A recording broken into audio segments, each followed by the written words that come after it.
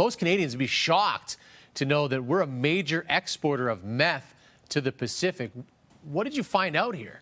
I was shocked when I first started investigating it as well. I had to keep checking over the numbers because it just didn't make sense, because we just don't hear about this in Canada, in beer and in maple syrup. And so when we looked at the numbers and saw that it wasn't just those two busts, over the last 4 years, nowhere else on earth has supplied more meth than Canada. Canada has become an open-air drug lab.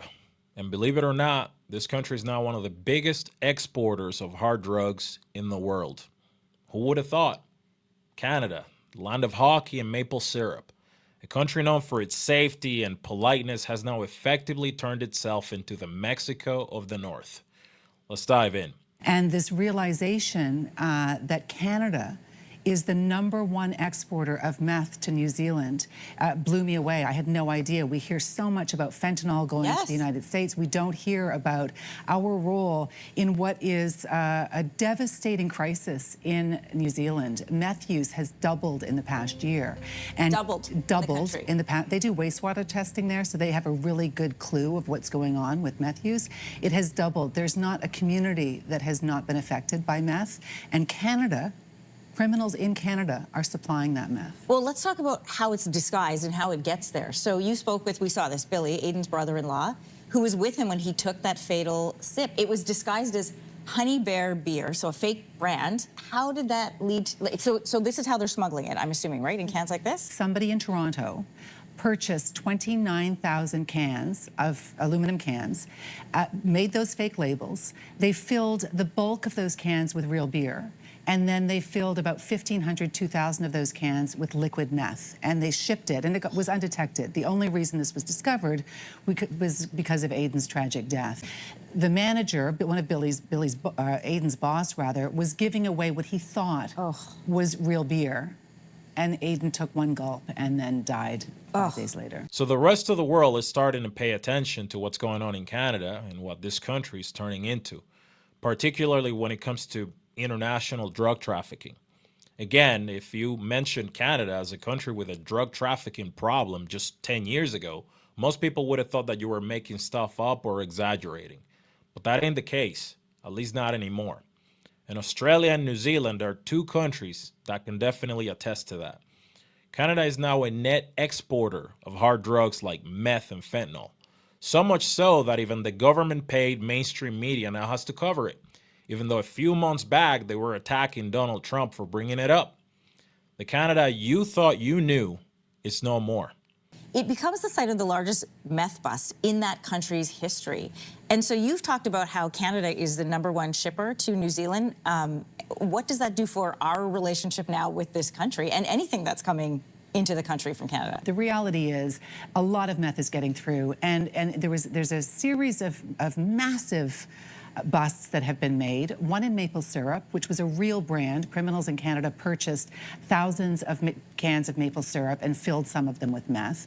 One was in canola oil. Canadian officials stopped 6 tons of canola oil. 6 tons, Anne-Marie, of canola oil from getting to New Zealand and Australia. So why Canada? What makes us so prolific at sending out meth? And when you're talking about quantities that big, those are big labs. How are they going undetected?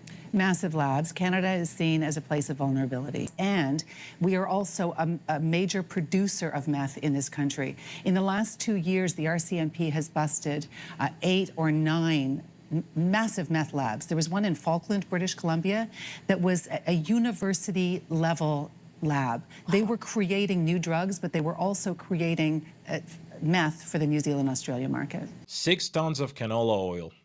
That's a heck of a lot of oil. And they were using it to transport drugs to the Pacific region. Now, as you've heard, they've also used beer and maple syrup to move their shipments. It's just insane what's happening in this country. The cartels weren't even a thing here in Canada not long ago. When you told a Canadian about the cartels, they would think Mexico and how you needed to stay inside the resort to avoid trouble when you visited that country. But now they're here, operating within Canada. The RCMP has found multiple labs, massive labs, all over the country in the past 4 years. There was one in British Columbia, which I believe was the biggest fentanyl lab in the whole country that they ever found. And there's been several others across Canada since then. Now, you also have a rare interview with the head of the RCMP's organized crime unit. What did he have to say about cartels in Canada? Well, I was shocked by this because you may remember earlier this year, the Canadian government declared 7 foreign cartels as terror entities. And that was on the heels of the U.S. government doing the same thing. And I think a lot of people thought we were just sort of following in their lead. The chief superintendent of organized crime with the RCMP confirmed that the reason why they were declared terror organizations is that each of those cartels are actively committing crimes in Canada.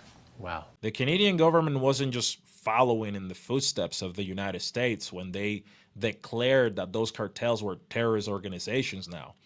Turns out the RCMP knew that these criminal organizations have been committing crimes and trafficking drugs in Canada presently. And the thing is, this is happening every day. They keep finding drug shipments regularly, which makes you wonder how much is going undetected. You know, I'm sure many Canadians, especially those who've lived longer, never thought they'd see the day when their country would become internationally known as an illegal drug producer. But here we are. So how is it getting smuggled out of our country all the way there?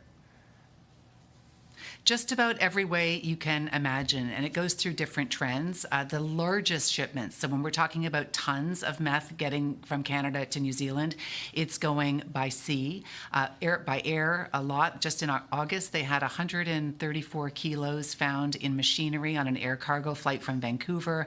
It's going through the mail. I mean, it really is. They're finding all kinds of ways to get it there.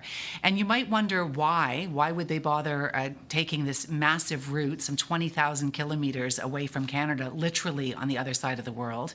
And the reason is money. There's no more lucrative place to get meth than New Zealand. In Mexico, meth costs $500 a kilo. In Canada, it's about $10,000.